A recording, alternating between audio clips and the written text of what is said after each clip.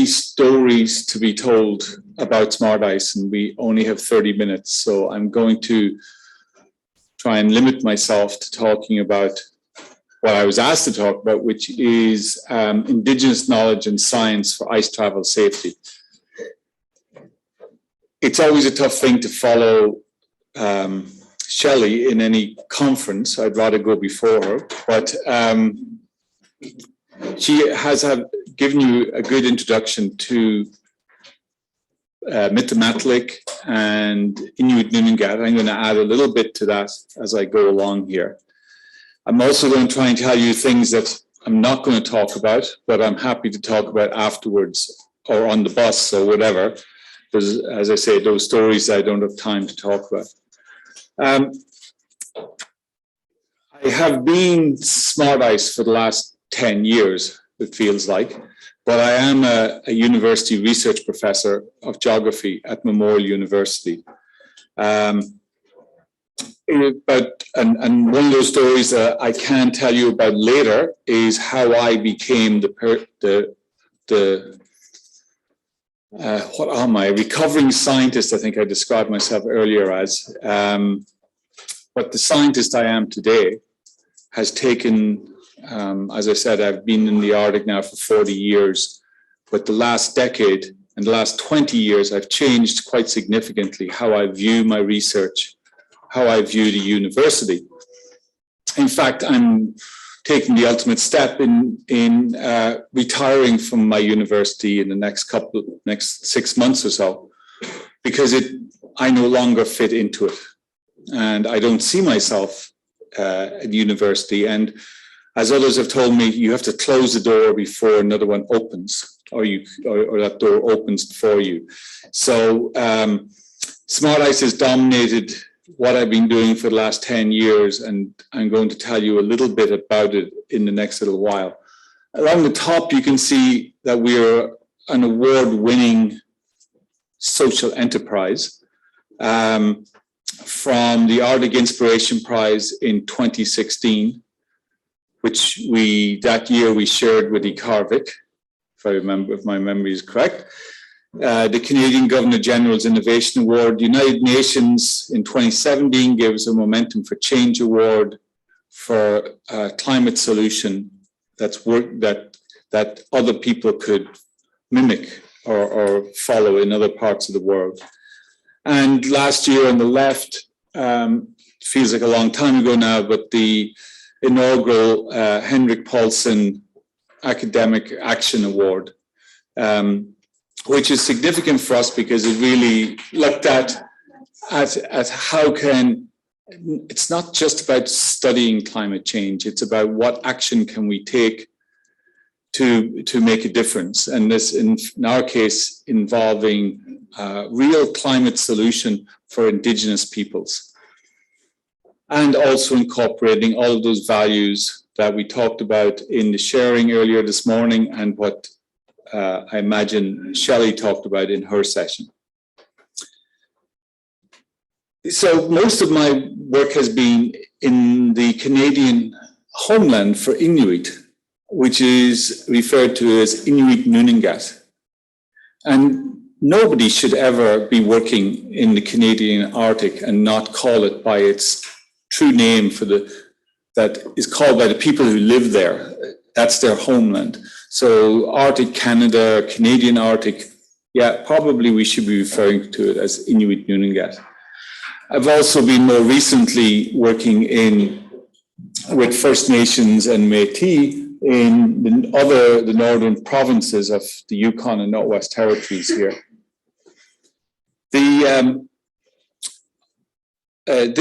This is, the home of, as I mentioned, Inuit, from Nunatsiavut over here, over to Inuvialuit over here.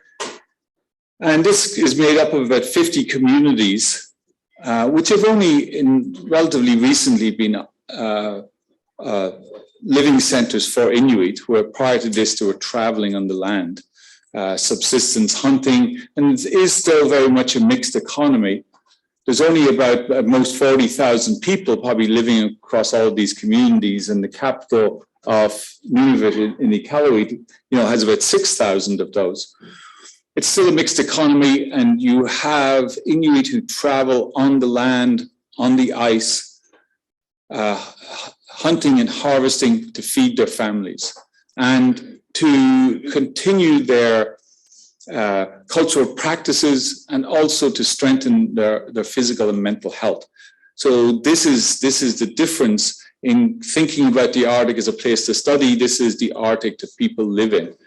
When we received the United Nations Momentum for Change Award, they gave us some media attention or training. One of the things that I realized for most of the people at that very large conference in Bonn was that people didn't realize that there were people living in the Arctic. So they trained me to say, you only get 10 seconds, so you only have one sentence. They trained me to say, just like the polar bear, people in the Arctic who live in the Arctic are being affected by climate change. So more people knew about the polar bear living in the Arctic than they did people.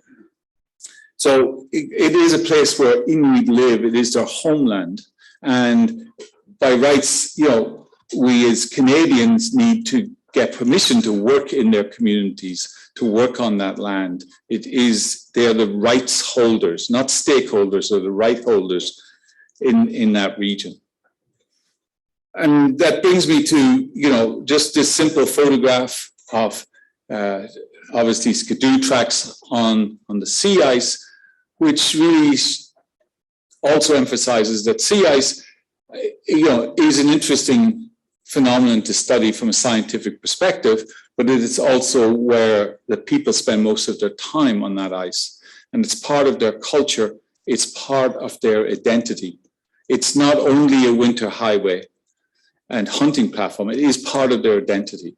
And so as that ice changes, it impacts them in all sorts of ways, from mental health perspectives to just feeding their family. So we need to always think about that perspective when we're thinking about how we talk about sea ice. And this diagram here by Jamesy Utlu in Milton illustrates that seasonal cycle of how Inuit regard or look at the seasons, the names of the seasons, which is dictated by the dynamics of the sea ice. You can see from this little seasonal chart that 9 months of the year is dominated by ice. In fact, their ocean is frozen. In the map I showed you earlier of those 50 communities, they're all coastal. So they're all living on this ice. They're all living on this frozen ocean for that amount of time. So it's another thing to get into your head, is that having open water is the more unusual season. Although they obviously use that open water quite effectively as well. And of course, you know that that ice is changing, and for different aspects of the ice is changing, whether it's the length of the ice season, whether it's the ice condition, whether it's becoming rougher, whether it's becoming thinner, whether you're getting more slush developed because there's more snow on thin ice, so it's weighing down the ice, so the ice is getting flooded by seawater, which causes more slush. And that's a real travel hazard. If you get your skidoo stuck in the slush and you're 100 kilometers away from home, you're from your community, you got to walk home. And it still could be, in the springtime, very cold conditions. So we're finding that even the appearance of deep slush is, it accounts for quite a significant proportion of the search and rescues in the springtime in Inuit communities. The other aspect that is also affecting society is the changes in intergenerational skills transfer and knowledge transfer. And we talked a little bit about that this morning in the sharing circles. That idea that whether it's because of colonialism and residential schools and the missed opportunities between generations, but young people today are not learning as much from their grandparents, from their parents, from the elders, from the hunters. They're not getting the skills and the knowledge that they that they could use to adapt to these unprecedented ice conditions that they're facing. And so we need to, so it's not just climate change, it's these other issues that complicate the sort of the travel safety in the communities. So it was in this context that SmartICE started about a decade ago, where in the community, in Nunatsiavut, in the community of Nain, I'd been working with the community on some of their research priorities when they encountered a really bad winter. And for them, a bad winter is a warm winter, where it rained for the month of February instead of being minus 20 degrees. And a significant proportion of the community had experienced falling through the ice, which is a traumatic experience for anybody, even if they survived that. And there's probably a loss of a skidoo in there as well. And people were struggling just to get country food to feed their family. They were unable to cross the ice to get firewood, so they burnt their furniture to keep their houses warm. So they studied the impacts of this warm winter on themselves. And they realized that they needed to do something. So they asked me, how can we bring technology to bear on to reduce the risk of sea ice travel with these changing conditions? So that's a short story. There's a much longer one I can talk to you about. Please ask me later on. So we worked in Nain, and we worked also in Mitamatlik, where Shelley was talking about, here on the northern tip of Baffin Island. And we worked within a community university government partnership. And we developed, as you've seen just briefly this morning, 2 types of sensors in response to what community asked us for, because they wanted to know about the thickness of the ice. How can you tell if the ice is safe to travel on without going out there to find out if it's safe to travel on? So we developed, we adapted technology to develop a sensor, a stationary sensor that you put into the ice. Basically, it's a thermistor string that's using temperature gradients to determine remotely how thick the ice is and how thick the snow is. And that is then connected to a satellite which conveys the information back to the community. So that's the smart buoy, we call it.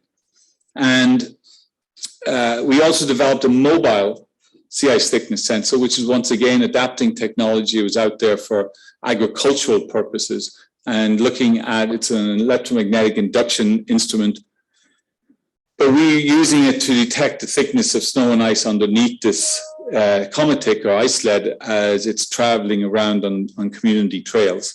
We're doing it in real time, so it's able to, on the handlebars of the skidoo, it's a small tough pad, and it's telling you in real time the thickness of the ice underneath the cometic, which really helps to keep the operator safe. But when they return back to the community, that color-coded ice track is available on a computer website called Siku, and also on smartphone apps, and is also just printed out and handed to people, posted in the co-op store, in the health center, in the hunters and trappers. So this basically allows Inuit to plan how and where they're going to travel before they go out. So it's really valuable for planning to decide, well, maybe as you can see here out of IKAARVIK, the capital, most of the ice in this area is less than a foot.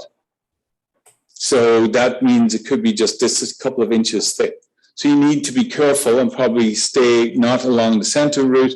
And a week later, the colors are very different in this area. So it very quickly thickened up that ice. So it's really useful for planning. So once we developed this and started using it and talking about it in communities, other communities said to us, how can we get access to this information? How can we get access to this service? How can we get access to this equipment? And so we had to change our mind frame from one that is a university research project where we got funding for 3 years to do this. how are we going to service all these other communities? And we had to think about a business. So what business model are we going to use to expand to other communities? We talked to communities about this. We talked and we considered what we talked about this morning, Inuit societal values. And we came up with a social enterprise. And a social enterprise is not owned by anybody. It's not owned by shareholders. In fact, if anything, in our case, the communities own it. And it has a social sort of aim, maximizing the social impact, creating positive community change. So if that is our main goal here, as well as providing ice monitoring services, that's really important because it helps to reduce the social inequalities that exist. Everything from life expectancy, food security, homelessness, all of those social inequalities between northern communities and southern communities. Then a social enterprise not only delivers those double-pronged approach, the ice monitoring, but also helps to reduce this inequality. In our case, we're a work integration social enterprise, commonly known as a WISE. We're interested in creating opportunities for young Inuit to enter the labor market because the unemployment rates are so high in these communities. Yet there's so much environmental monitoring going on, but unfortunately it's all people coming off planes, staying up there for 4 weeks and going back home again. Nothing is left, nobody is there training Inuit themselves to do that monitoring. So we're very interested in that social integration aspect. So we talked about earlier about those Inuit societal values, caring for the environment and community, being innovative and resourceful. They're all important in our considerations for starting a social enterprise. So in the 5 years since we started the social enterprise, we went from those 2 communities to this year, this ice season, we're partnering with 32 communities in Inuit Knowledge, all the yellow ones, and now we're starting to work with First Nations and Métis communities in the Yukon Northwest Territories who live on freshwater lakes and rivers and who need also, for the same reasons, need their ice monitored. In fact, there are hundreds of these communities across all of the northern provinces of Canada and into the territories. In fact, there is in Canada 10,000 kilometers of winter roads that connect isolated, remote Indigenous communities that are not monitored, that are connected by ice winter roads that essentially bring in all of their fuel, bring in all of their bulk building materials and all of their supplies in a narrowing window that are now in some cases only weeks long. But so what we hope to do is to give them, just like we're doing in Inuit communities, the tools to monitor their own ice and to determine when is it safe to travel, because the expense of trying to fly in fuel is huge, which has happened in recent years into these communities. So it's really important for us. One measure of our social impact as a social enterprise is are we addressing the needs? And many of you have asked me, is SmartICE working in Alaska, in Greenland, in other parts of the Arctic? And we've had those discussions, but really we're preoccupied with addressing the needs of Canadian communities first, and then maybe helping to mentor a similar enterprise in those other areas. I'm going to focus the rest of my talk around the founding principles of SmartICE, which are really important and which I defend with my last breath, essentially, because it's so important that these communities have been let down so often by Canadians and the Canadian government and colonialism that I refuse to hopefully have SmartICE fail them as well. In fact, I would say that the Arctic landscape is littered with failed monitoring programs that have survived 1 or 2 funding cycles and then disappeared, even Canadian government ones. You can see the remnants of them on the landscape. And I think the way I liken this is putting ambulances on the roads of southern Canada and suddenly deciding to take them off. This sort of monitoring of community trails is just as important for keeping people safe and for mental health and all sorts of food security reasons. So anyway, at the heart of SmartICE is the community management committees that we set up in each community, comprising representatives from all local organizations like the Hamlet Council, like the Hunters and Trappers organization, that includes elders and youth and some businesses in the community like outfitters. And they're the ones who really dictate how we operate in the community. And that's two things. That's what reconciliation looks like. You are willing to hand over the management of what you do into the hands of Inuit. So they have told me, no, don't apply for certain money. They have told me, don't pursue that. They have told me, don't share our information with that group. So they've been very proactive and they have been taking control of their operations. And it's also that self-determination, Indigenous self-determination, allowing them to, giving them that opportunity. And sometimes they're nervous about it because they don't realize you're not telling me what to do, you're asking me how you want us to operate or something like that. And it just takes them a while to hear what you're saying because they've spent 50 years being told what to do by the government or others who are coming into their communities. Also, advancing Inuit governance in research is a national Inuit strategy on research priority.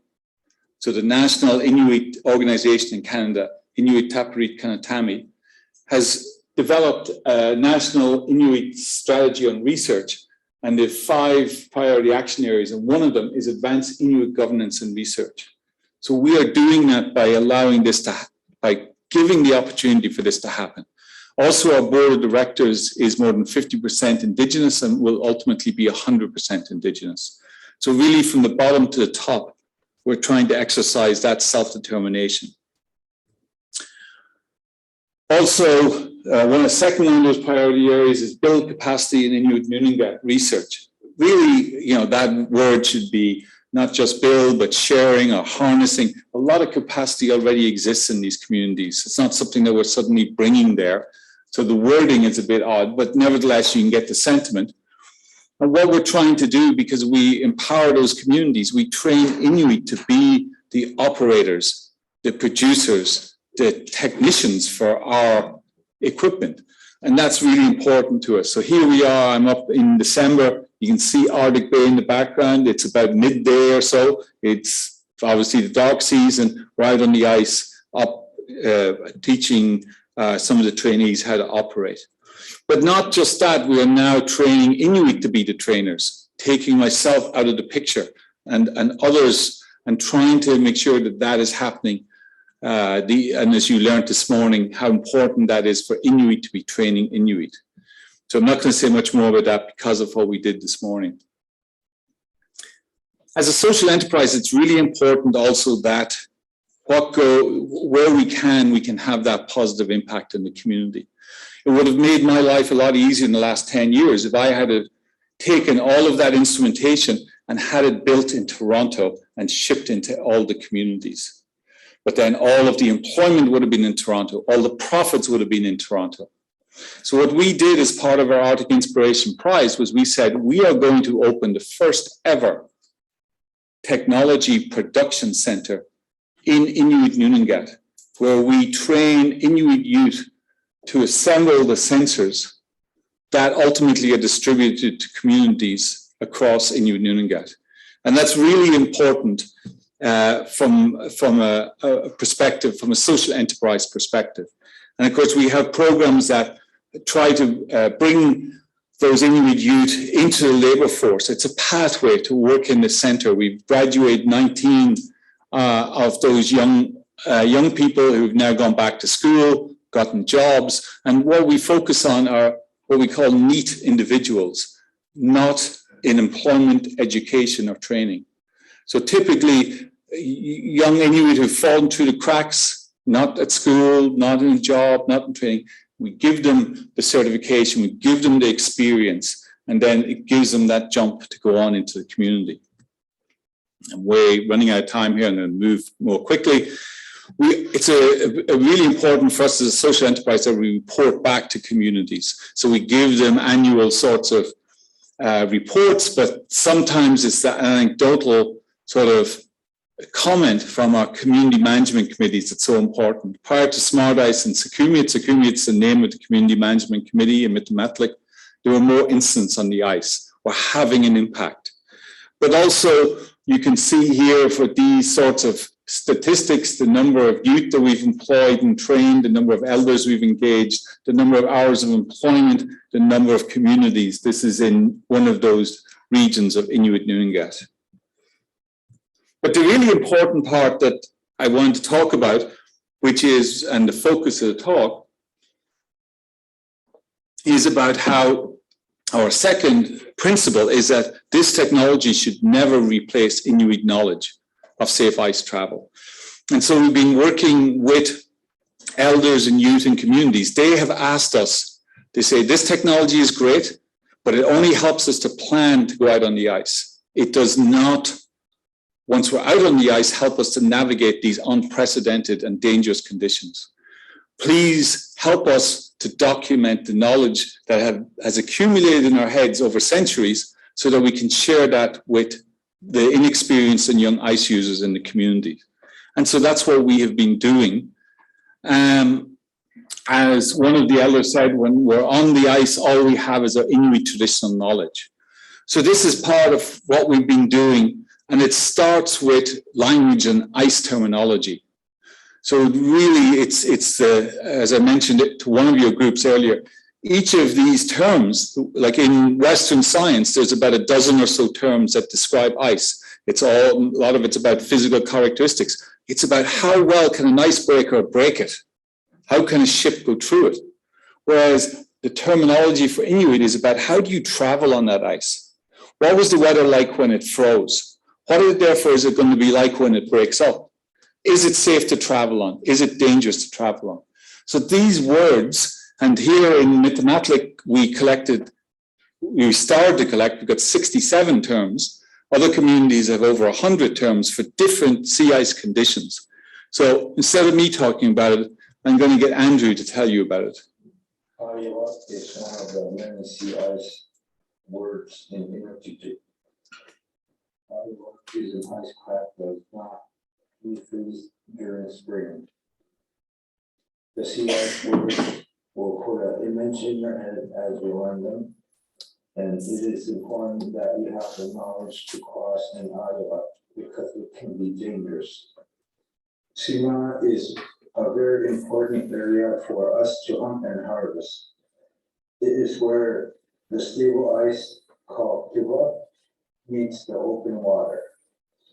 Kiva is the ice where we snowmobile on to get to Sima. As the sea ice continues to melt in the spring, and several conditions occurs. During these times, we have to be very cautious and aware of our surroundings when traveling on the ice. So from this terminology, we have developed at the direction of our community management committee, posters for young people to help them to prepare to go out on the ice and then to what to do when you travel on the sea ice. So different aspects of this, and we can talk about this later, these posters that we've made and are available on our SmartICE page.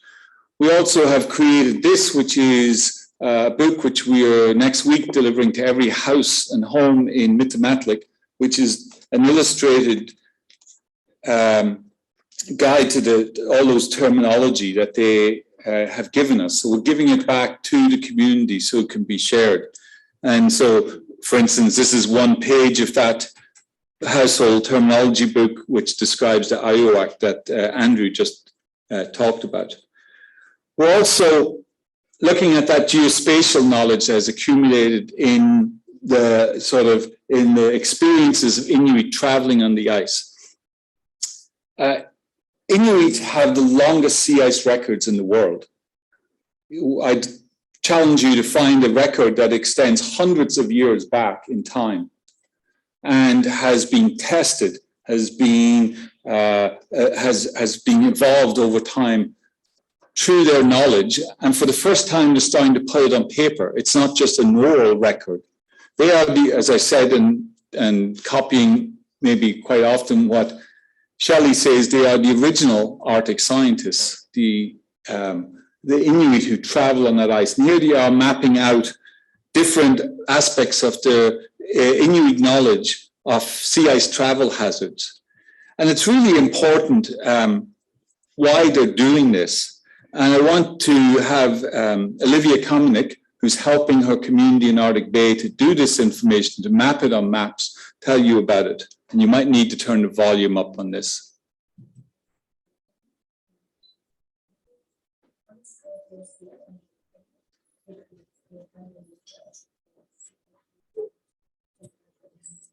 The red lines you see are cracks during air spray, and the green lines are leads, which are cracks during the whole ice season. Due to the declining population of Inuit elders in Arctic Bay, I think it is vital for young hunters to have access to this knowledge and wisdom that stems solely from relying on the land for survival. And it connects the young hunters to Inuit IKAARVIK and our Inuit roots. So these are the sorts of maps because we train the Inuit operators to use GIS to make the maps. And so Andrew Ariak made these maps of his community in Mitamatlik, which is showing where these recurring leads and cracks in the ice, areas where the ice is rough at different seasons. And this is all by season. And then the coordinates where there's some of these dangerous areas in the ice where it's always thin. So this is just an example of many of the maps that we're helping communities document and produce. Can you just turn the volume up again? And it also allows me to design the maps from an Inuit perspective to make sure that these maps make sense for my community. It gives me greater control if changes need to be made, I can make them. This IQ belongs in my community. With me doing maps, this IQ never leaves with me as managed in the community. I'm really excited to be making maps for Arctic Bay. So the key things she was talking about there is this information never leaves the community. So there's a history of data being collected and being taken away and never been seen again. This never leaves the community because we've trained Inuit to be the ones who are analyzing and interpreting the data. And that might be something you to ask me about later is what is the SmartICE approach to Indigenous knowledge and Western science? Another application of this Indigenous knowledge is is our own project called Ice Travel Safety Maps, Sikimik Prajumajuti. What it does is the Canadian government, like many northern governments, create sea ice charts. Here's an example of just one of them. So there's a whole department of the Canadian government devoted to doing this, solely to support shipping through the ice. So they don't make these maps in the winter because there are no ships in the Arctic in the winter. They are not suitable for Inuit who travel on the ice. All this area that's red is beware, watch out, because the ice is too thick for icebreakers to break. It's perfect for people to travel on. It should be green if you're doing this for Inuit. Anyway, communities have asked us, how can we, our own, make maps for our own communities? So this is where this project began. And here's Andrew Ariak, one of the people who've been helping to co-design the curriculum to teach Inuit to make their own maps. And what they're essentially doing is they're becoming not just holders of Indigenous knowledge and observing the ice while they travel on it, but they're also interpreting satellite imagery. So we're teaching them how to look at those optical and radar satellite images so that they can create their own maps. We are creating PEI maps. We are training Inuit SmartICE employees to create PEI maps for their communities. And maps are produced weekly when the ice is changing, and it helps with ice safety and awareness. To make maps, we're learning how to combine IQ and GIS and remote sensing skills. We are creating these maps because there are no maps being produced like this that are targeting community needs for CI safety for their communities, with incorporating IQ. More satellite imagery is available now on the internet, but not everyone is trained to interpret it. It is important that we create these community maps for it to be available at any time of year because it's community based. And we are training as we go, and we're self-determinated. And the data is controlled and never leaves the community. And it gets we target community needs in our language. CI is coming a little later and breaking off a little earlier each year, and with the map making for my community, I will be able to inform in real time CI conditions. And so once again, in this program, we also have Leanne, a young Inuit from Johaven, is going to lead the training of our operators in remote sensing and GIS skills. And she's just going to tell you why it's important for her. I feel like really proud of doing this work. It really helps out the community, and it's really nice getting feedback from some people saying that having this information is super useful, and it's a nice way for them to feel safe when they're going out traveling, and they know what areas to avoid, and they know if they have to reroute their trails to, you know, if there might be a nice condition that they can go over and over time, so I'm just going to mention this last one, and maybe we can talk about it later on. But this is another application of how Inuit knowledge can be used in what traditionally has been simply a scientific concept. So here, Catherine Wilson, who just defended her PhD while we were on the bus day before yesterday, and I was there trying to be on her oral defense. And Andrew Ariak, who's the community researcher, who's done all this work because all she has done is mentor him. It's a whole new concept about you don't do the work, you mentor somebody else to do the work. And by the way, we'll receive no university credit for doing that. Something is wrong with our university system, but that's another discussion for later on. But so what they've been doing is they looked at sea ice climatology maps, which are once again made by the Canadian government and probably Scandinavian governments and maybe even the Icelandic government. And they tried to provide 30-year averages about which of ice conditions, so that you can compare them from one period to the next, and how is this year compared to that 30-year average. But these maps take existing information from people with degrees in ice education in southern Canada, interpreting ice conditions from satellite images in communities and areas where they've never been in their lives and never stepped on the ice. And so what we're trying to do is we're trying to produce our own ice climatologies, because the elders have asked us, you know, we think that the ice has mostly changed over the last 10 years. Can you demonstrate that? Can you show that using some of the Western science tools like remote sensing? But how about you apply our Indigenous knowledge? So instead of looking at ice concentrations, which is a typical measure of ice in an area, what's the concentration of the ice? Is it 10 tenths? Is it 5 tenths? Whatever. What we're doing is people like Andrew are bringing their Indigenous knowledge of what is safe ice to travel on.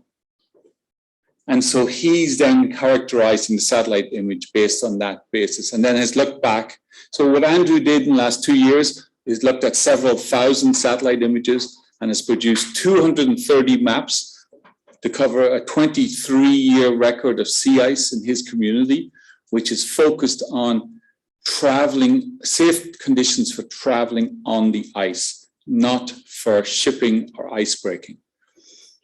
And I'm not going to get into it, but you know, here are examples of the maps that he produced, and over that 23-year period. I'm going to flick through them just to show you that he's done them, but I don't have time right now to get into what they mean. But they're already using this information to tell young people where should they be traveling or not traveling at different times of the season. So here's breakup for the July 1915 over that 23-year period. You can see, you know, avoid these areas here in the inner fjords because that's where the ice breaks up earliest, for instance. They've also been using it to, I guess, respond to industrial development in the region, which says we want to start ice breaking on a certain calendar date so that we can bring ships in to take iron ore to Rotterdam. And they're going back and saying, no, we have used our IQ knowledge here. We've demonstrating that you can't use a calendar date. There's so much interannual change. For instance, on grid graphs like this, in safe ice travel, some years, there's absolutely no landfast ice or TUVAC developed in those years by November 5th to 11th. In other years, it's almost 100%. You can't use calendar dates to make these sorts of decisions. You should be consulting our elders. Anyway, I'm going to leave it at that in fairness for the speakers coming after me. And thank you for your attention.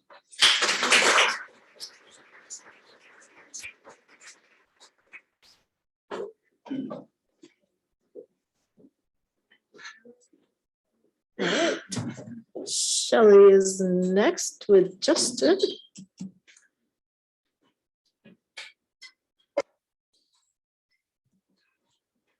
Oh, great. I get to go for you.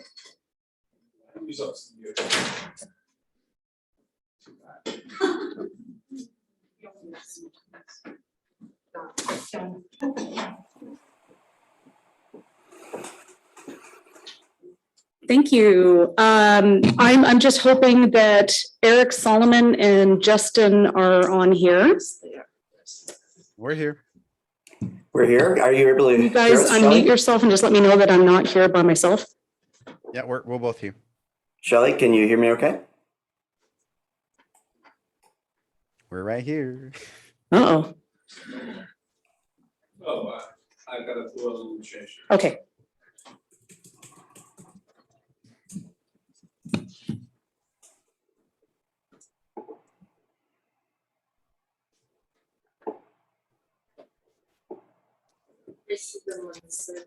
We'll get their sounds soon. All right. Trevor, if you don't mind, I just popped in a slide of the IKAARVIK stuff about what ICE means to people, because I thought it would be a good segue. You've got a presentation coming up. I do. No, I just thought I'd hang out here. Hey, it's Justin. Okay, great. Eric, are you there as well? I am. Not sure if you can hear me. Yep, I can hear you now. What time is it in Vancouver? It is 7:30 a.m.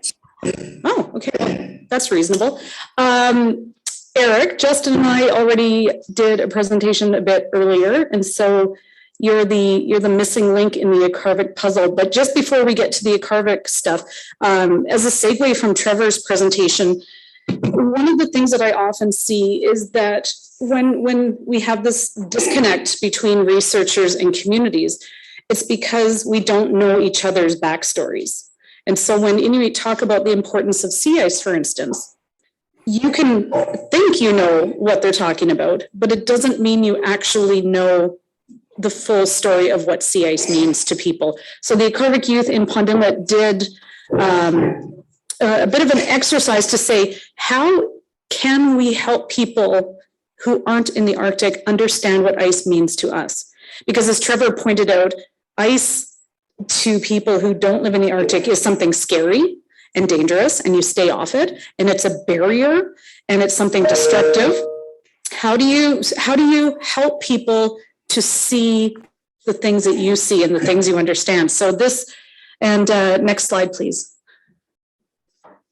Just a bit more of a close-up, but you break down sea ice into the mental health, the physical health, the place for recreation, the place for travel between communities. A hockey team in our community can't afford to hop on a plane to go to the next community. So they will travel by snowmobile and sled, 18 hours to the next community because that's the only affordable way to do it.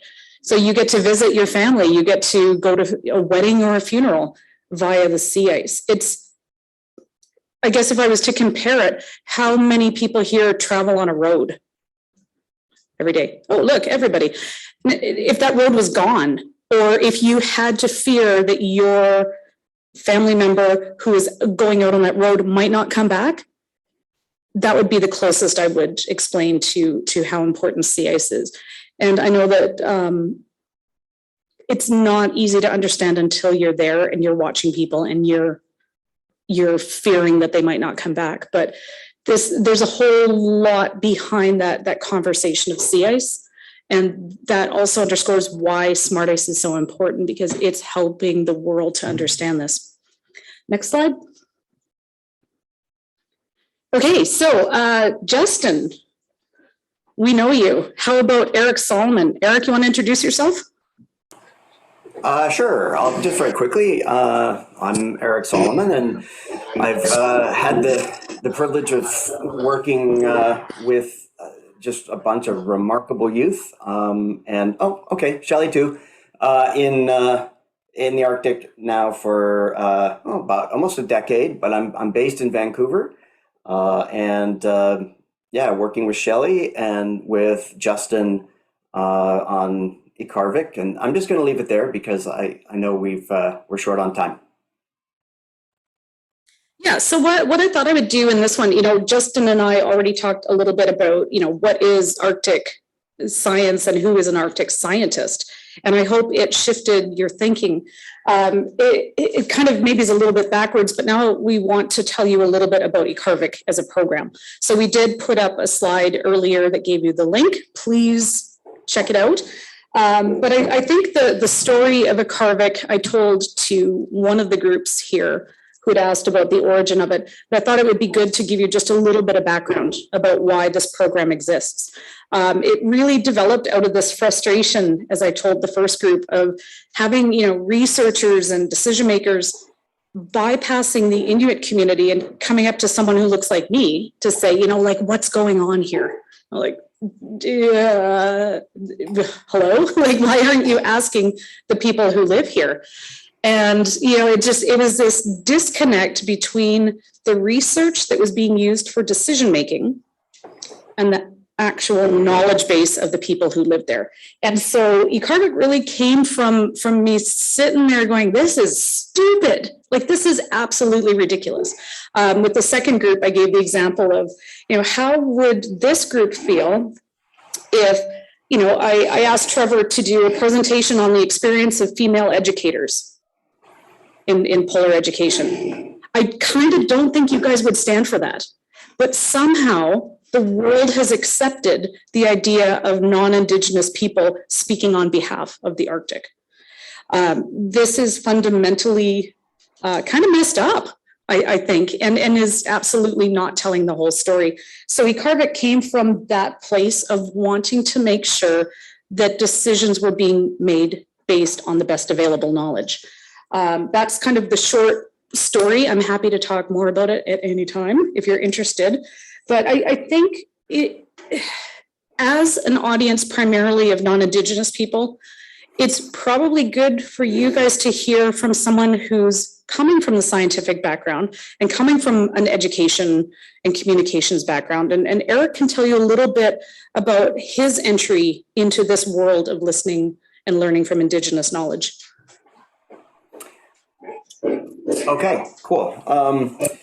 So I'm going to speak on behalf of the Arctic and Indigenous people. No, of course I'm not. Did I make Shelley spit her coffee? Awesome, that's perfect. Almost, actually. So actually, as educators, we sometimes feel that we need to teach from a place of expertise. But if I think about the best teachers that I've ever had, it wasn't their knowledge that really made them great teachers. The best ones taught me, how to think differently, how to navigate what is really a very messy landscape. So I'm actually going to talk about something that I have no expertise in. I'm going to talk about ideas I don't own, and knowledge that's not mine. Because I'm a marine biologist, I'm an educator by training. That's the lens that I've spent my life looking through.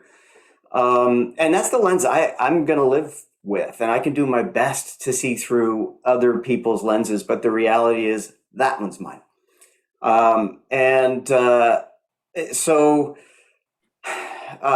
For me, about 12 years ago or so, I started on a journey that really has changed everything I thought I knew about the Arctic, about the role of science and communication in a northern context, about what counts as knowledge and who gets to decide that.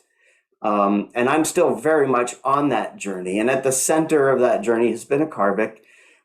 For me, that began when one of my earlier trips to the Arctic, and I ran into Shelley and a group of really remarkable young folks, as Shelley said, that wanted to see greater involvement and leadership of their community in research and decision making. And now, 12 years later, IKAARVIK is a fully independent nonprofit organization, and it's really exciting. So what I want to do is just share just a couple things that I've learned along the way that I think are relevant for the discussions that I know you folks are having there. And the first one is Western science is really great, but it's not the only evidence-based knowledge system. In my entire schooling and my research experience, there was never really a time when there was a suggestion even that there could be any other science-based knowledge besides, or any evidence-based knowledge besides science-based knowledge that we could actually use for important decision-making. And as educators and communicators, I think we really need to take the time to understand and even relearn what counts as knowledge that we can use for making decisions. This is especially the case when we're talking about Indigenous knowledge systems, as so many are in the North. We often mistake, for example, orally communicated knowledge for anecdotal information, but they really are not the same. The Indigenous knowledge systems that I've come to know, and again, that's not my expertise, but the systems that I've come to know, the people that I've come to know and their knowledge, it is truly evidence-based. It is peer-reviewed. It is tested and challenged and retested.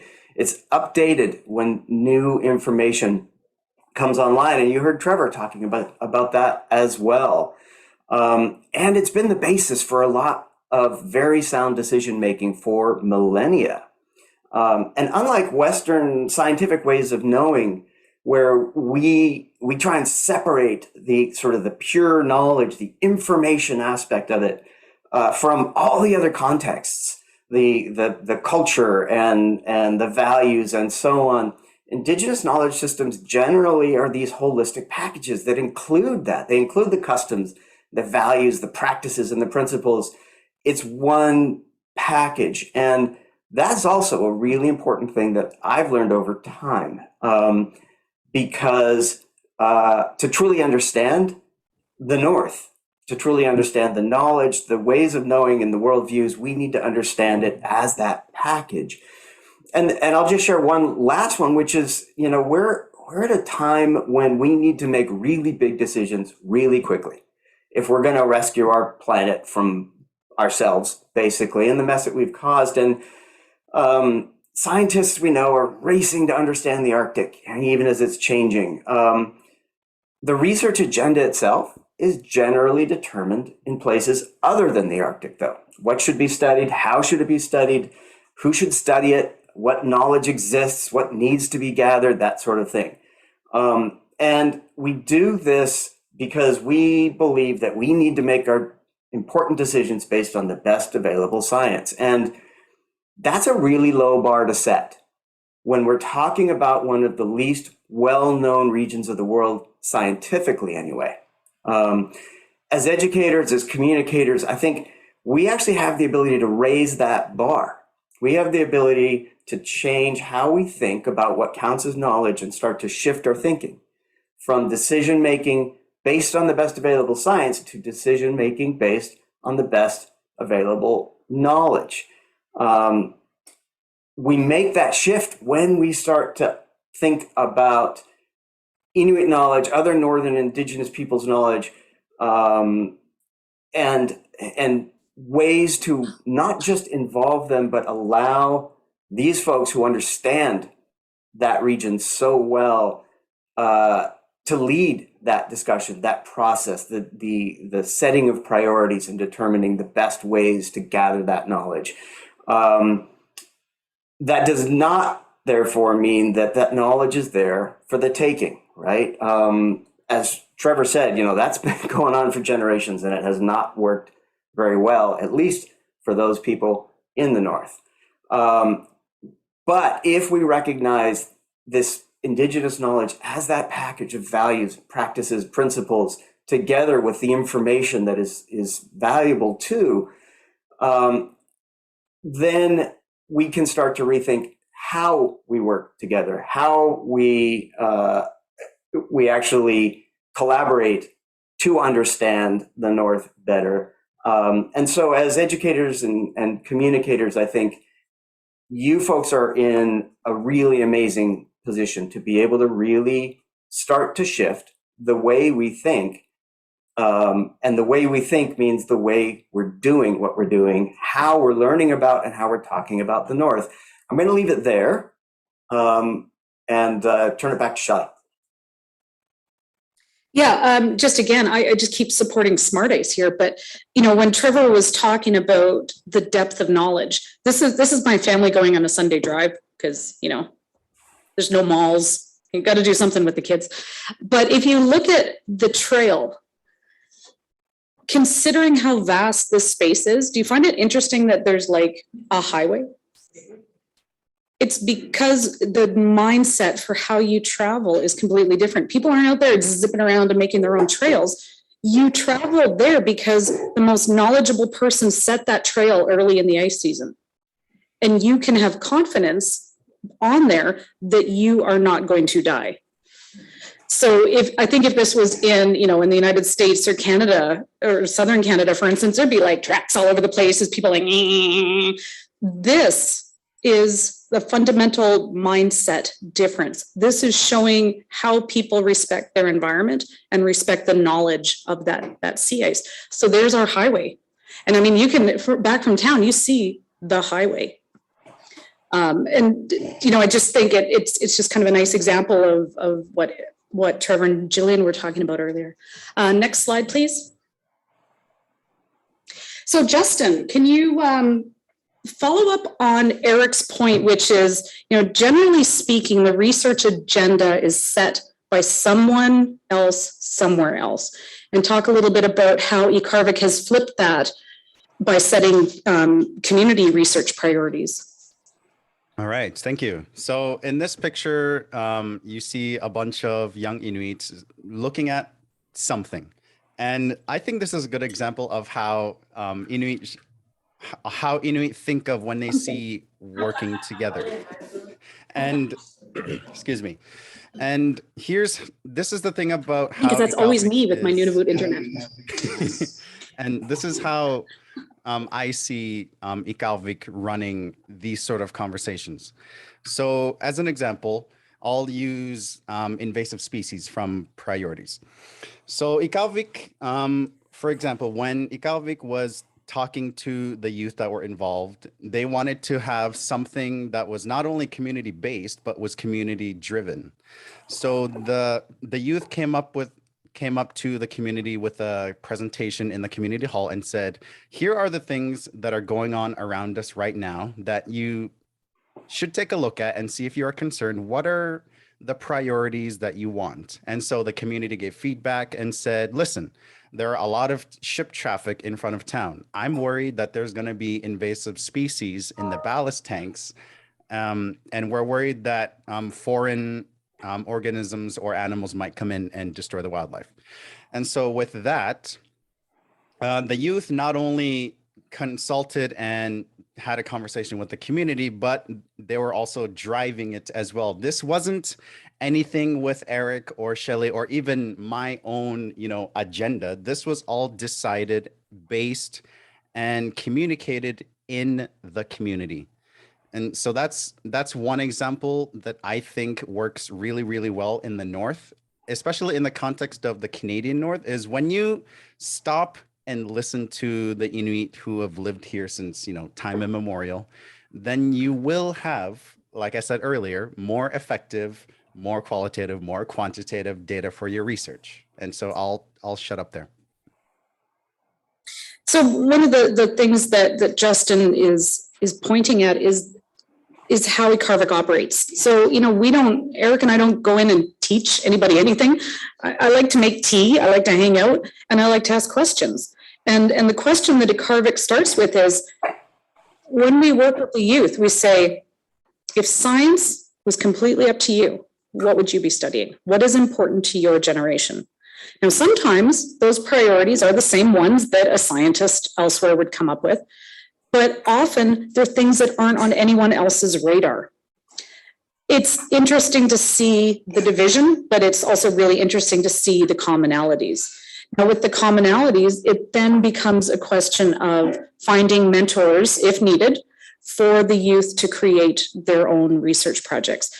Justin mentioned invasive species. That was a program with Department of Fisheries and Oceans to look at environmental DNA collection. We have other projects on microplastics.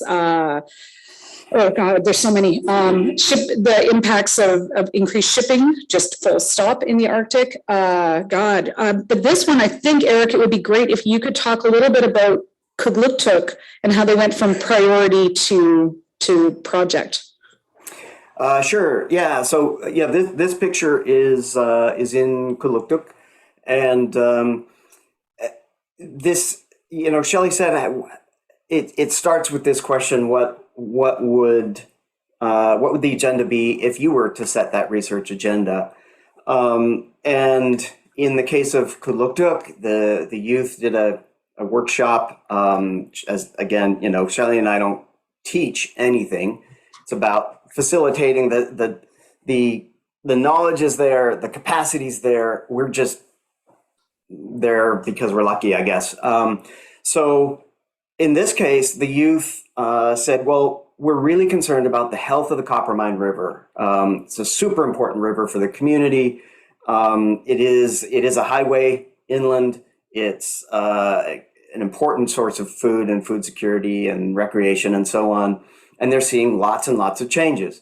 So the next then was a meeting with various elders and hunters and others in the community to understand what they're seeing, what their concerns are, what they think a healthy river should look like, these kinds of things.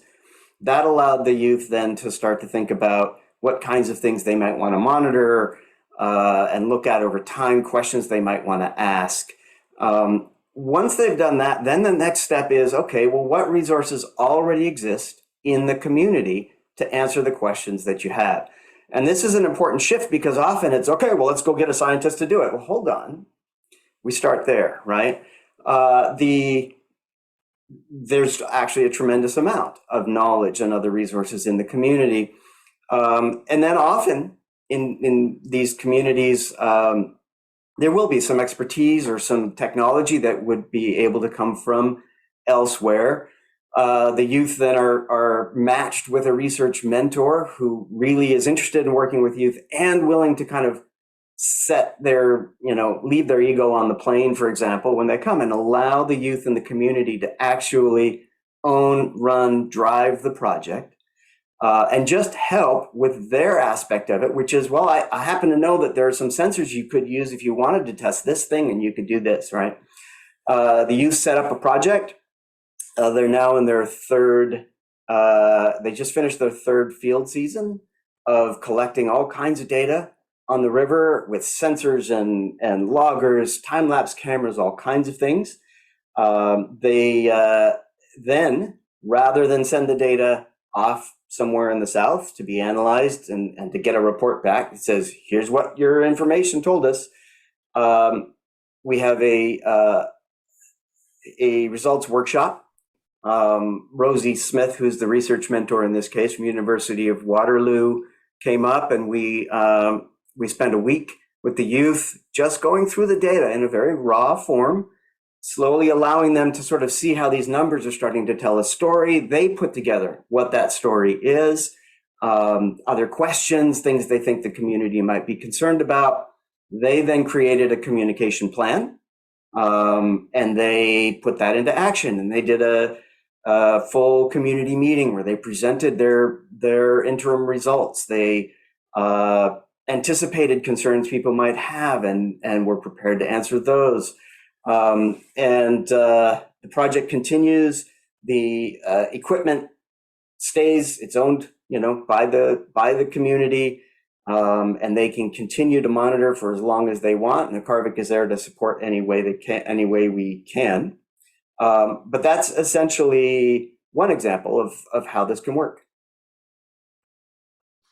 I think something that is probably going to be of interest to you is that, over the past 2 years with COVID, there's been this sort of like general feeling in science that, Arctic science was shut down for 2 years. No one could go and do research. Trevor's like, hell no. That was the case for people that had absolutely zero relationship with communities. When it's the communities driving the work, that COVID was just kind of a happy little blip of, oh, cool, we don't have to deal with tourists this year. Awesome. We can actually just do this. And so the thing that Eric referenced earlier was about the need for the best information right now for decision making. Science is slow. If you want to monitor the same things these guys are doing, you need to apply for your permits. You need to get the funding. You need to, do the logistics to get yourself up there. You're going to spend your tiny chunks of field season, and then you're going to write a paper. And 3 years later, we'll find out what happened. Doing it this way means you have the information you need faster. So that was one other thing that we didn't really address in our earlier presentation, but if you're talking about the fact that the world is on fire right now, you need information now. And Indigenous knowledge is able to provide that in a much more timely fashion than traditional science is. So just another thing to point out. Justin, we're talking a little bit about switching the way that we work, and we talked about that earlier, but from your perspective, why does this matter to Inuit? Well, in the simplest form I can possible, it matters to Inuit because there are people, quote unquote, in our backyard who are studying, and we have no involvement in them whatsoever. And there's a whole lot of layers to this, which I cannot get into because we don't have the time for that. But it matters to Inuit because this is their world. This is the world that they're going to live in for their lifetimes. And this is the place where they're going to bear children and grandchildren and live memories of their life with each other. So this is really important to Inuit because this is their home, period.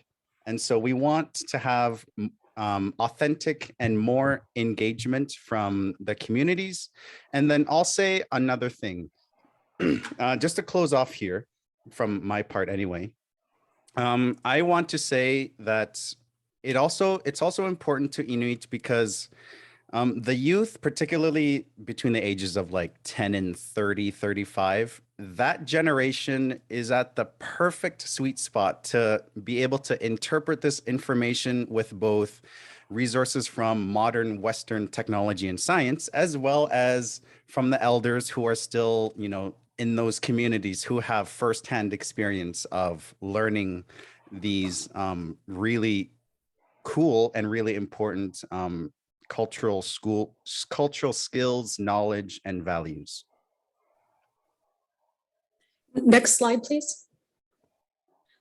Eric, why do you think this should matter to educators sitting here in the room? I'm assuming you don't mean this picture, but why? Because that should matter too. Well, I think it matters, man, for a lot of reasons. You know, we can talk for hours about, quite honestly, the moral and ethical reasons that it should matter. And that in itself should be enough. You know, Trevor was talking about what reconciliation really is.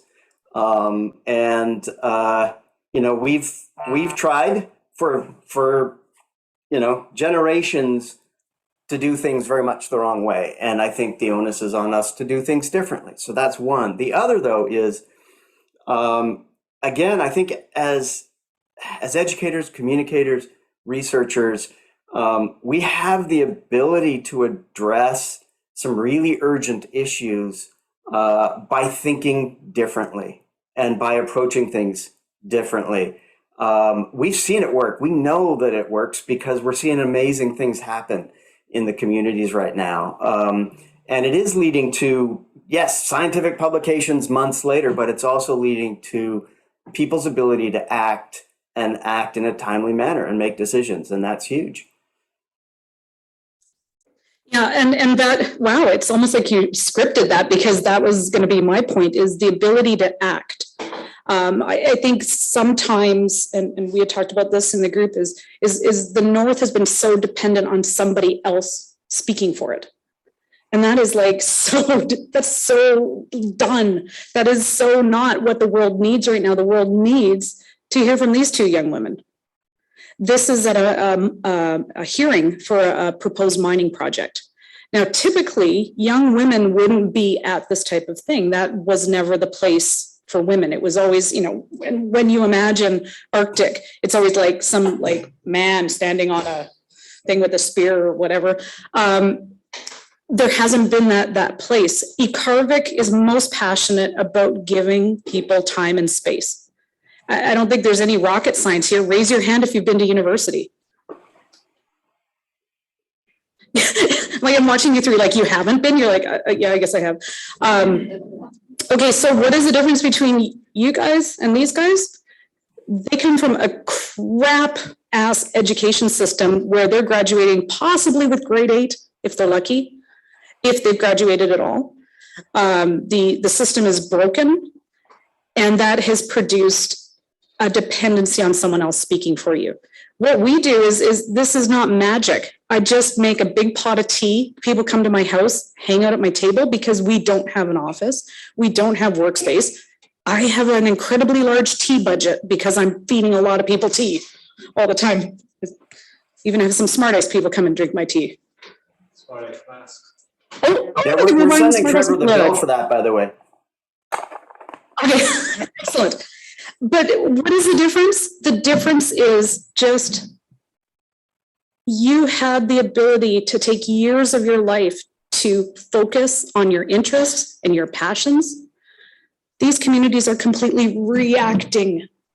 They're not able to be proactive unless you give communities the same respect that everyone in this room has had, which is the freedom and the opportunity to refine who you are, what your skills are, and what you have to contribute to the world. So we just do that at my kitchen table, no biggie, but there's something wrong with a system that allows this to continue happening, because it shouldn't depend on me having a kitchen table big enough. We need to spread this so that it becomes institutionalized in the way that the North would like it to be, that there are centers of Arctic excellence. But nobody's funding that because it's not in their interests. And that is ridiculous. So, you know, if anyone knows some billionaires that have, you know, a lot of money they'd like to drop in and helicopter me in an office, that would be fantastic. But until then, let me just show you why this matters from the community perspective. So here we have young women who are able to address an impact review board hearing to say, this is the implications for me and my family. It is not always an easy thing. But they have the chance now and they have the confidence. And they've also learned, how do you tell your story in a way that will connect to people who don't know your story? Next slide. Okay, so now we take it up another level. So we've now left Nunavut territory.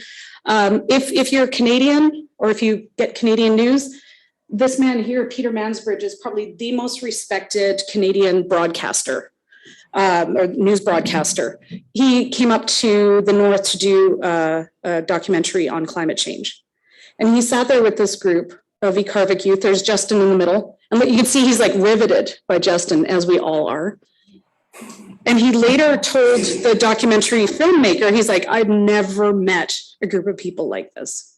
And like, they're gonna make fun of me because I cry every meeting. Eric usually has his watch and times me, but you have no idea what it's like to be defined by what you lack, which is typically in North America, Indigenous people are spoken about by what they lack. So, high food security, high unemployment, low housing. It's just, imagine that you three are only looked at by what you don't have.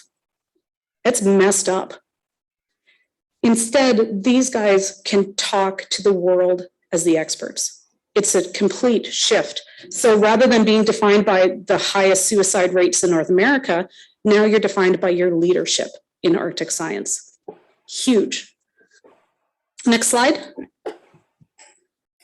And now let's take it international. So Candace, who you met earlier in the PsyQ video, was so impressed so many people that she was actually invited to the United Nations meeting and was asked to speak on behalf of all Indigenous people's organizations. And she's like, what? So, I look at Candace, I look at the young people on that side, I look at Andrew, who works for SmartICE. Andrew was one of the founders of IKAARVIK. He was one of the young men who said, this needs to change. Hey, Shelley. On paper, yeah.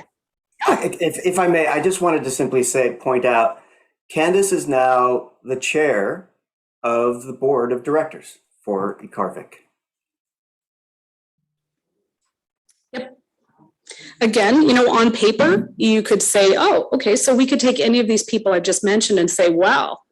So my friend Ina lives in a house with 11 people. She's the only income earner. She feeds 11 people. She's a single mom of 2 kids. Oh, that must be really hard. Well, Ina also goes to conferences and blows people's minds with the depth of her knowledge. She's the one that came up with the sewing analogy for creating the path forward for Indigenous knowledge and science. Andrew is a dad of very many amazingly cute kids, but he's also Motherboard Magazine's Human of the Year for combining Indigenous knowledge and science, and an award winner of United Nations awards. So you look at these tiny little communities we live in, and on paper, people will bypass.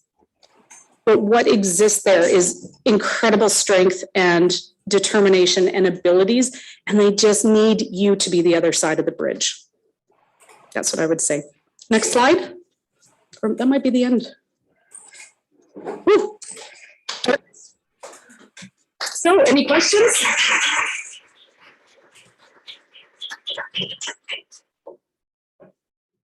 Can you make Eric and Justin bigger? You're so tiny.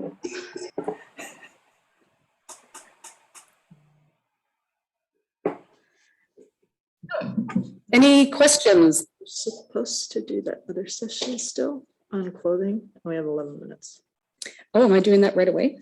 It was part of the thing till 3:15. Geez. Okay. So I know we've talked quite a bit about IKAARVIK already, but while we have Eric and Justin here.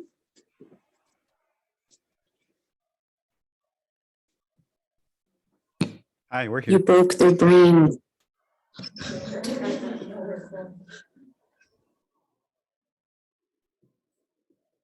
Okay, well, thank you, Eric and Justin, for joining in. And I saw a lot of people furiously taking notes. So I think. Can I just ask Oh, a quick question? oh, yes.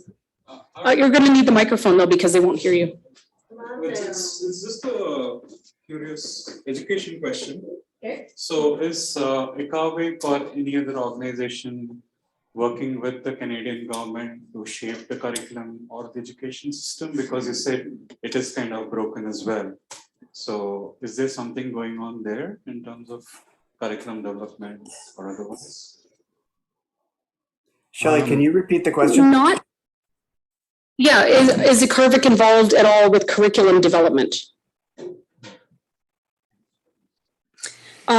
Short answer, no, because we're awfully busy with just trying to get information for decision making.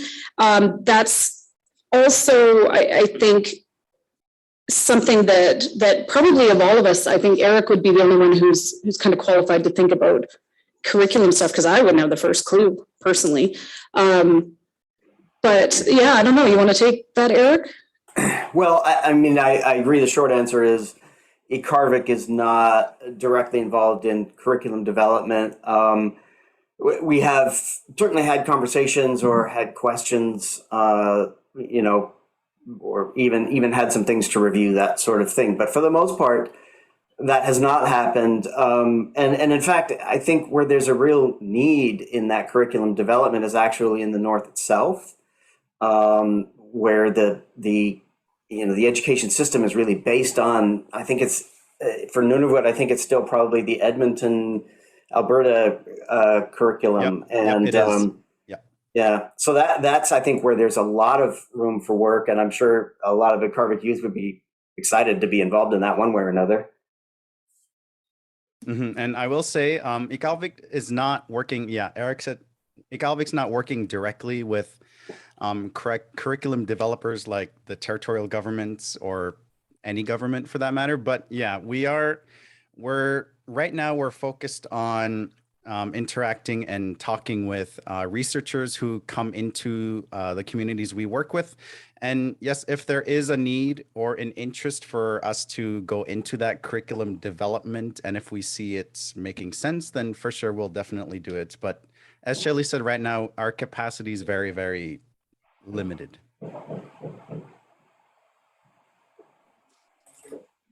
Yeah, I don't think I could fit much more on my table, actually. So, well, thank you very much. Thanks, Eric, for getting up so early. And Justin, you were also up early for the first thing. And thank you very much. Thank you, everybody. All right, thank you. Wish we could be there with you. Mm-hmm. All right. Next time we'll figure out something. All right, thanks, guys. Thanks again. Thank you. Thank you. Thank you. Okay, so Alona is going to be showing you some stuff, and then I think I'm going right into. Yeah, we have 7 minutes before break, so you're going into tea break. And Well, could we flip it around? Could we have coffee and then make it then we have quick? snap. We have a bunch of other Oh. sessions after. Okay. So that's the problem. Is we're running out of time today because there's still a lot on the agenda. Mhm. So Okay, Alona is going to, and I'll whiz through the other stuff. okay, I will be very quick. okay. Just to make it a little bit funny, I want to show the village I came from. Okay, I think he's got your stuff, doesn't he? Yes, he's going to show some, Okay. it's like slideshow and the video of the dancing group, which my brother is dancing in. And then I'll tell you at the end a little bit about the clothing. It will be 10 minutes maybe. Okay. Works.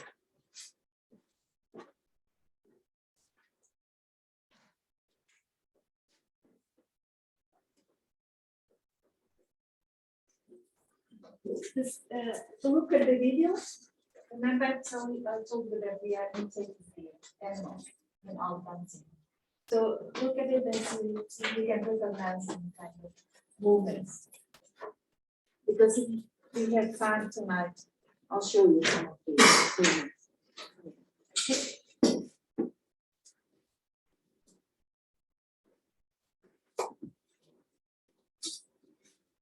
Okay.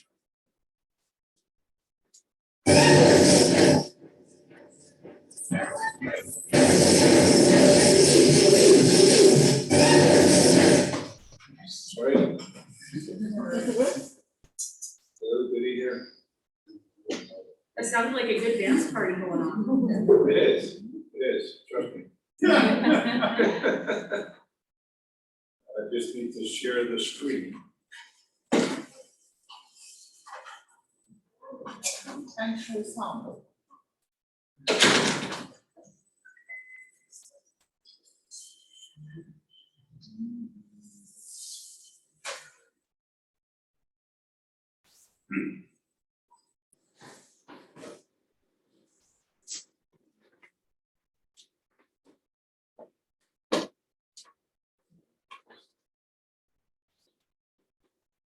So everything lost here. You click the one that. The last step.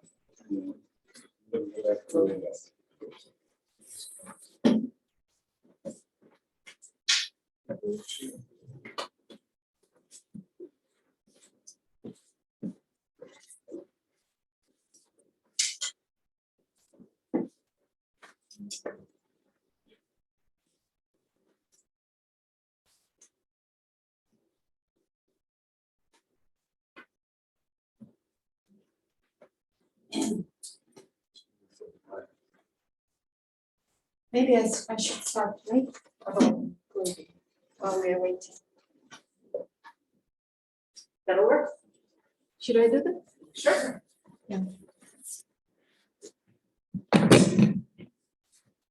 So in a minute, you will see the my village, and then later you'll see the clothes that they both used in my culture, and also was used by the fashion industry. And when you see the adventure films and cartoons like the Ice Age and Game of Thrones, you always see people without hats, and the winter clothes are not very warm. So well, it's because 60% of the heat roughly emits from the head. So if you do not wear a hat, you will not survive in the Arctic. And when it's minus 65 degrees and you're trying to take your hat off, I tell you, it's 2 minutes, then you're about to faint because it's extremely cold. So, so that means both Jon Snow and the other guys running around in that Arctic climate without hat on. It's completely hopeless. So in reality, the Arctic people have always were innovating in creating clothing. So how have they dressed? They didn't have any Gore-Tex, they didn't have Canada Goose, and they managed with the natural materials. They just very basic in reindeer skins. The soles of the boots, you will see. Maybe, well, I'll continue later. We'll just see that. Just to make you see. Okay, Relax. Yeah, you can do it.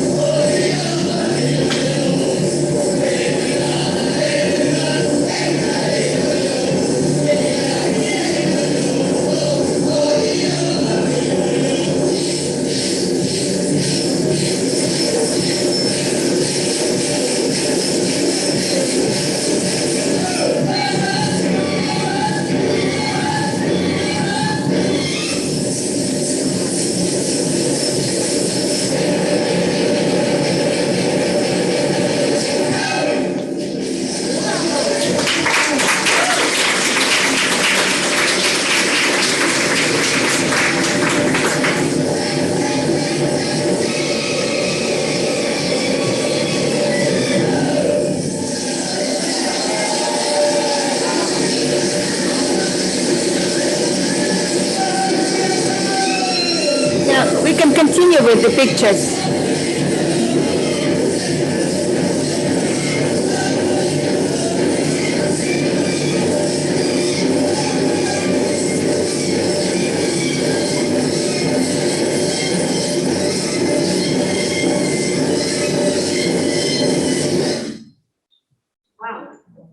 Yeah, we do that a lot because it's cold. Yeah, and then we can continue with the pictures of my village. Yeah, maybe I can comment when it comes to.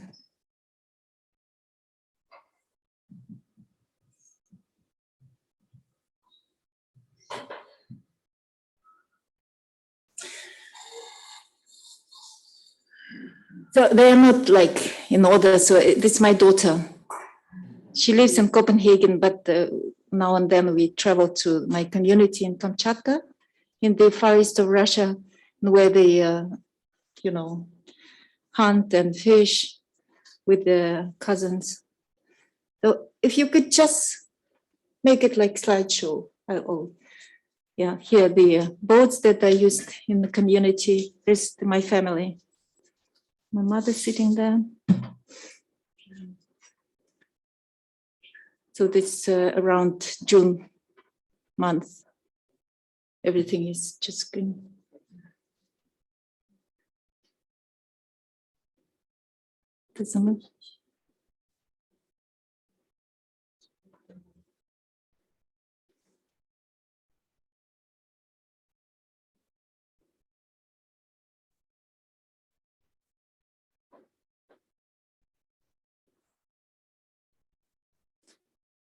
Yeah, before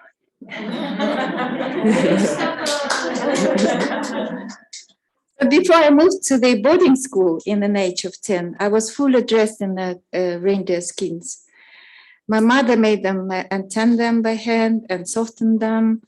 And it all consisted of a coat on the, it's quite long, up to the knees. And where the reindeer hairs face inwards, and then an outer coat where the reindeer hairs face outwards. And then you have the reindeer boots with the socks facing inwards. Maybe you can see that also somewhere if I have the pictures of.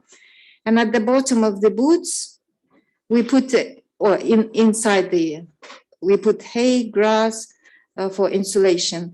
And then we have a hat on, of course, too. And when you have those clothes on, then you can lie down in the snow in the minus 65 degrees and sleep. And you can also overwinter in that clothes. And the reindeer skins are incredibly light, very, very light, extremely. So it has a very large volume though. So when you transport it, it fills up a lot and it looks like it weighs a lot, but it's not. And what makes reindeer skin so great for surviving the cold is that the reason that if you know, the hairs are hollow, and that is the heat settles in the hairs and simply insulates. So it's quite fantastic. And when you have these big herds of reindeers, you can just choose which kind of pattern you can have, either with spots or just white. And actually white skins are quite rare. And during the earlier times before revolution, October Revolution, the shamans, they only ones that could own the white reindeers. So here we have forest fires a lot. Every summer we have many, and my community, the only one has the large trees. So it's quite a damage for us. It's a little church in my community. The community is about 300 people. 70% of them are children. So we fish, and this is my family, not all of it, but many children. My brother with my daughter, hunting, and we also plant potatoes there. It became quite warm during the summertime. So we're both, there's again haze from the smoke. And you see the forest fires all over. I'm concerned. It's my little daughter, but it was a long time ago. Post office, the local one. And this is my grandfather. You can see the clothing he has, I just told you about. This is river in the village. That's me. Because we don't have I have to sail up north for 8 hours when I come to the nearest one. This is another grandfather of mine. This is Petropavlovsk-Kamchatsky, the capital of Kamchatka. So we can stop that. Yeah, you could stop that. Yeah.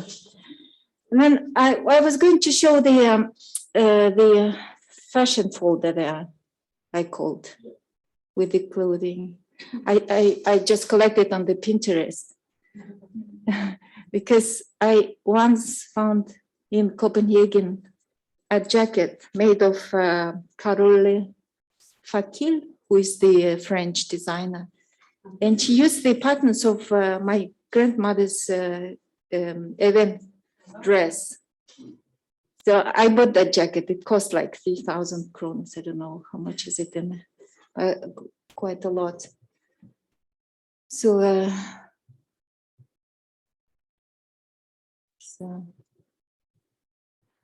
about the clothing that we also, as I said, I had used the clothing before I went to Kamenska, which is a boarding school. So it was because we didn't have. First of all, our shop was not that big, so we didn't really have the money and the choice to buy clothing, like civil. Only when I moved to boarding school that we were offered the clothing which were subsidized by the government. You know, the normal dresses and shoes. This my father is a Ben, which is Tungus Manjul group, and my mother is Chukchi, which is close to Grenlandic group of people. So the clothing that I used. They are Christian, Orthodox Christian. They were baptized when the Cossacks came to Siberia and Kamchatka. So see, that's me from this side. And also I'm dancing there. This a dress that we, and I'm dancing there from the right. The correct dances that you just saw. Yeah, and this is what is Balmain using. This is Carole Fakil that used the pattern from my, here I bought that one. The patterns that, and you see the Kamchatka, these in purple, it was, I came from where. This is the dress that we are using for funerals, actually. Yeah, and this is the dancing group that was dancing. But what is interesting that we have all reindeer herders, they have only 25% of work. The rest is just for innovation. They invent tools, they sew clothing, and do stuff that is helping to survive in the Arctic. So both men and women can sew, because when you are a man, then you must also be able to repair your leather clothes if there are no women present, because sometimes women have to go to the village to give a birth or to do some, business. So everyone can sew, but otherwise it's the woman's task, and it's extremely hard. They are, it's very hard because do I have time? Little. Yes. Yes. Okay. I'll just say that the funeral clothing is prepared from the when the child is born, then the mothers or grandmothers, they start to show funeral clothing. What they do, they decorate very, very nicely. I mean, you can see in Smithsonian Institution or a museum in Washington, D.C., there are very, very nice clothing, and you can see also like this. But you don't finish it. You finish it when the person dies. There is like, they made it that way that it takes three days to finish it. And you do it in, in our cosmology, everything is like mirrored.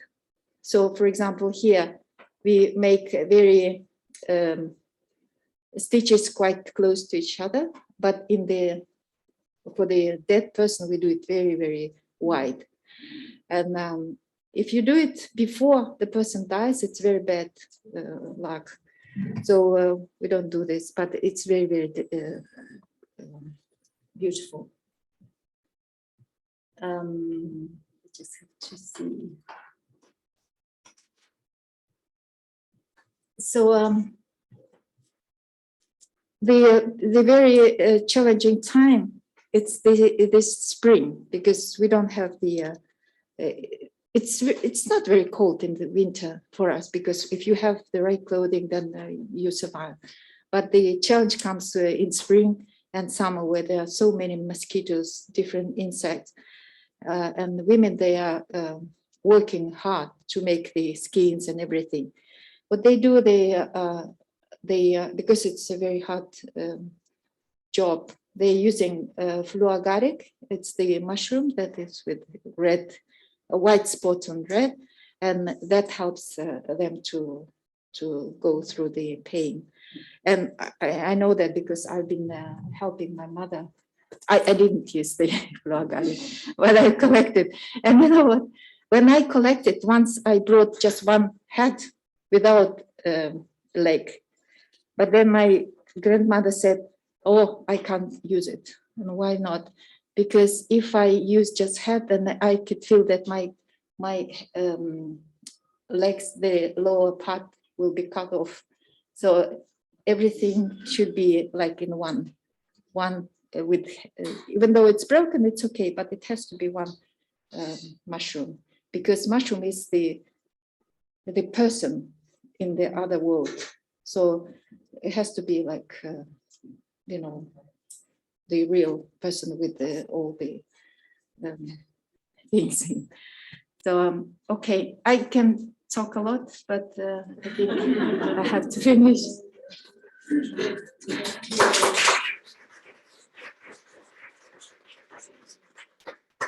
Sorry, I'm tired of being the bad guy. All right, so we're going to move the photo to tomorrow. It's still raining a lot. And let's do a 20-minute tea break, and come back in at 3:50. So will I do mine after? I don't know. Come talk to me.